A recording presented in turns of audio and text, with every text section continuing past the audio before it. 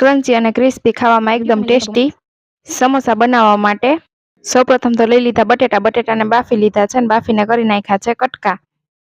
ઝીણી સુધારીને લઈ લીધી ડુંગળી અને લઈ લીધા ફુદીનાના પાન. હવે કરી નાખશું વઘાર કરવાથી આપણા સમોસાનો મસાલો છે ને બેસ્ટ બનશે. મસાલો ફ્રાય થઈ જાય એટલું તેલ લઈ લીધું, એમાં નાખી ઝીણી સુધારેલી ડુંગળીને કરી લેશું ફ્રાય. તો અહીંયા આપણી ડુંગળી ફ્રાય થવા માંડી હતી. પછી લઈ લીધા આપણા સુધારેલા બટેટા.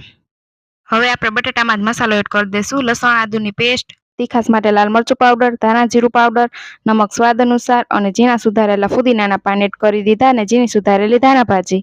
હવે ગેસની ફ્લેમ બંધ કરીને મસાલાને કરી લેશું મિક્સ. તો અહીંયા આપણો મસાલો એકદમ સરસ મિક્સ થઈ ગયો છે. તો તૈયાર છે સ્વાદિષ્ટ મસાલો. હવે મેંદાના લોટમાં પાણી નાખીને બનાવી લીધી એકદમ સરસ પેસ્ટ. ત્યારબાદ સમોસા વાળવાની પટ્ટીથી વારી લીધા સમોસા અને તેલમાં બ્રાઉન થઈ જાય એકદમ ત્યાં સુધી તરી લેશું. તો તૈયાર છે એકદમ સ્વાદિષ્ટ સમોસા. લોંગ વિડીયો આપી દીધો છે આપણે યુટ્યુબ ચેનલ ઉપર.